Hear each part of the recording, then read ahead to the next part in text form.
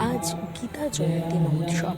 আর সেই বিশেষ দিনে আজকে এই মুহূর্তে কলকাতার ইস্কন মন্দিরে কিন্তু গীতা পাঠ চলছে এবং তার সঙ্গে যারা সাধুরা রয়েছেন তারা কিন্তু তাদের বিশেষ বক্তৃতা রাখছেন।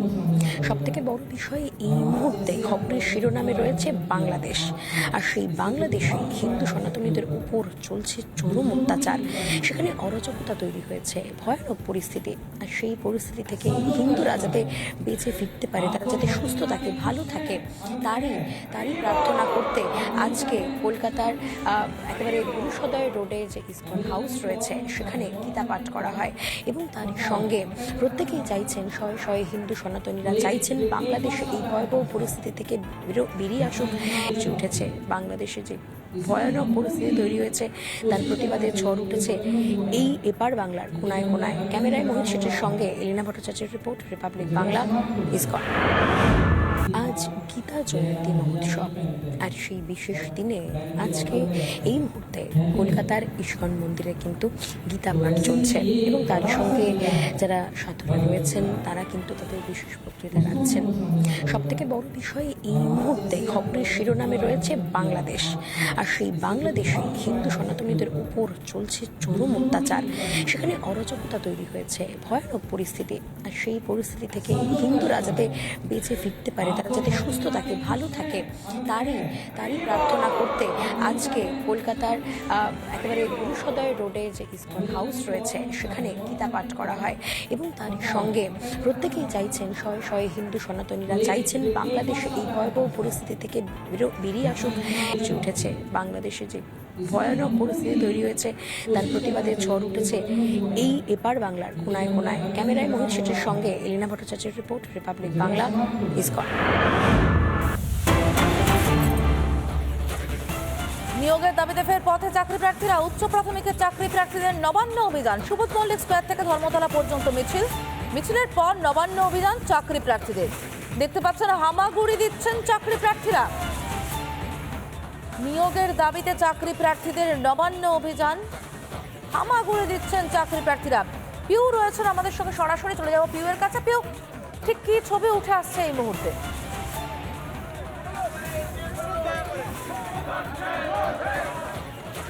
একেবারে সমাধিতা রাজা সুবোধ মল্লিক স্কোয়ার থেকে যে মিছিল শুরু হয়েছিল ইতিমধ্যেই ডরিনা ক্রসিং এর একেবারে কাছাকাছি, এবং তাদের দাবি একটাই ছিল, তাদের নিয়োগ করতে হবে। নিয়োগের দাবিতে 10টা বছর কেটে গেছে কিন্তু এখনো পর্যন্ত নিয়োগ হলো না। এমনকি ইন্টারভিউ একবার হয়েছে, আবার পরেও দ্বিতীয়বার ইন্টারভিউ কেন তারা ডাক পেলেন না, এই দাবিতেই মূলত তারা তাদের এই আন্দোলন বলো, মিছিল বলো শুরু করেছেন। এই মুহূর্তে একেবারে ডরিনা ক্রসিং এ তারা কাছাকাছি। আমরা একটু আগেও দেখতে পাচ্ছিলাম যে প্রত্যেকে হামাগুড়ি দিচ্ছিলেন, মানে এটাও এই সময়টাও এসে গেল, হামাগুড়ি দিতে হচ্ছে, পথে নামতে হচ্ছে, কিন্তু বিচারটা কি আদৌ হবে? আমরা আশাবাদী। আমরা জানি যে আমাদের এই মিছিল, আমাদের এই হাহাকার, আমাদের এই আরতি, আমাদের কথাগুলো যদি মুখ্যমন্ত্রী গান পর্যন্ত পৌঁছাতে পারি বা যায়, তাহলে অবশ্যই আমাদের কোনো একটা সুরাহা উনি অবশ্যই করে দেবেন। আমাদের একটাই দাবি, এই 10 বছর ধরে আপার প্রাইমারি একবারও নিয়োগ হয়নি, এই ফার্স্ট নিয়োগ। তাহলে সিট কেন আপডেট হলো না? আমরা টেট পাস করার পরও কেন আমাদেরকে একবার ইন্টারভিউ দেওয়ার সুযোগ দেওয়া হচ্ছে না? কেন 10 বছরেও একটা সিট আপডেট করেও সকল টেট পাস 10 ক্যান্ডিডেটদের কেন নিয়োগ দেওয়া হচ্ছে না?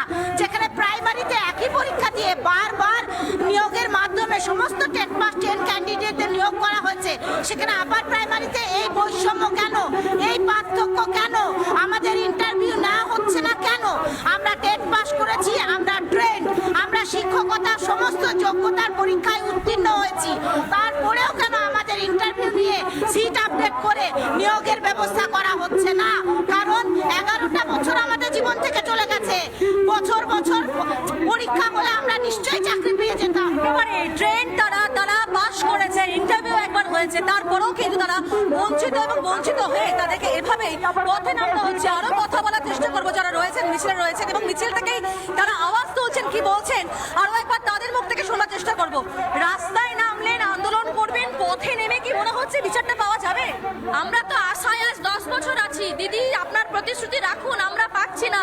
বাড়িতে অসুস্থ মা বাবা, আমার বাবা চাকরি পাবো এই আশায় মারা গেছে আমার বাবা, কিন্তু তাও আমি চাকরি পাইনি। 10 বছর বঞ্চিত হয়ে বসে আছি, তাও চাকরি পাইনি। বাড়িতে ছোট বাচ্চাকে রেখে এসেছি, কিন্তু আমাদের একটাই দাবি, আমাদের বঞ্চিত আমরা আপার প্রাইমারি প্রার্থীবৃন্দ আমাদের ইন্টারভিউ নিয়ে আমাদের সবাইকে স্কুলে পাঠানো হোক, আমরা কেন রাস্তায় থাকবো, এটাই আমাদের একমাত্র দাবি। এই উদ্দেশ্যে আমরা মাননীয় দিদির কাছে আমাদের একটাই দাবি, আমাদের দাবি পূরণ করুন। আমরা আর পারছি না, আমাদের চাকরির বয়সও আর নেই, আমাদের বয়সও পেরিয়ে গেছে। একেবারে পারছি না এই কথাই তারা বারবার বলছেন। একটু আগেও আমরা দেখছিলাম তারা হামাগুড়ি দিয়েছিলেন এবং কোথাও গিয়ে মনে হচ্ছে যে পথে নেমে এবার তাদের এই আন্দোলনকে আরো জোরদার করতে চেয়েছেন। তবে এটা প্রথমবার নয়, এর আগেও তো বারবার পথে নামতে হয়েছে। আদৌ থেকে পথে নেমে নেমে এভাবে কি তারা সরকারের কাছে পৌঁছতে পারবেন বা কমিশনের কাছে কোনো রকম সদুত্তর পাবেন, এই কথাই বারবার তারা জিজ্ঞাসা করছেন। এবং সেখান থেকে কিন্তু এই মুহূর্তে আরো একবার তাদের সঙ্গে কথা বলার চেষ্টা করবো। বারবার পথে নেমে কি বারবার নামছেন আপনারা? হ্যাঁ, দিদির প্রতি আমাদের চরম বিশ্বাস আছে যে উনি নিশ্চয়ই আমাদেরকে দেখবেন এবং আমরা খুব তাড়াতাড়ি আমাদের নিয়োগ হবে। দেখলাম যে হামাগুড়ি দিচ্ছেন মমতা বন্দ্যোপাধ্যায়কে, মমতাময়ী বলছেন, কিন্তু মমতা কি কোনো রকমে প্রদর্শিত হচ্ছে?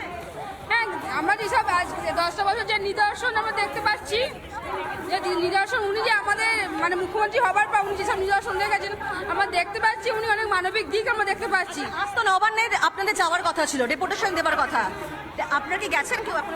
না, 3 জনকে ডাকা হয়েছে, যাওয়া হবে। আমাদের এই মঞ্চের পক্ষ থেকে 3 জন যাবে। না না, যাবে। এগরা জনসভা থেকে মমতা বন্দ্যোপাধ্যায় ডবল চাকরির কথা বলেছিলেন। ডবল তো দূরের কথা, সিঙ্গেলও পাচ্ছেন না। আমাদের আস্থা আছে দিদির প্রতি, আস্থা আছে, আমরা পাবো। আমরা পর্যন্ত আস্থা রাখছি। হ্যাঁ, এই আস্থা নিয়েই আমরা পথে নেমেছি। আস্থা রেখে কি যেতে চাইছেন, বাদ বাকি পথটা হাঁটতে চাইছেন? একদমই তাই। যদি কেউ চাকরিটা দিতে পারে তাহলে মুখ্যমন্ত্রী দিতে পারবেন। ওনার প্রতি আমাদের পূর্ণ আস্থা আছে, তাই ওনার হাত ধরেই আমাদের চাকরি হবে। আমরা স্কুলে যাব এই বিশ্বাস রেখেই আমরা আজকের মিছিল। একেবারেই বোঝাই যাচ্ছে পথে নেমে আন্দোলনকে আরো জোরালো করছেন। প্রথমবার নয়, এর আগেও বারবার পথে নেমে। নানা ধরনের কন্টেন্ট দেখার জন্য লাইক করুন, শেয়ার করুন আমাদের ফেসবুক পেজ, সাবস্ক্রাইব করুন আমাদের ইউটিউব চ্যানেল।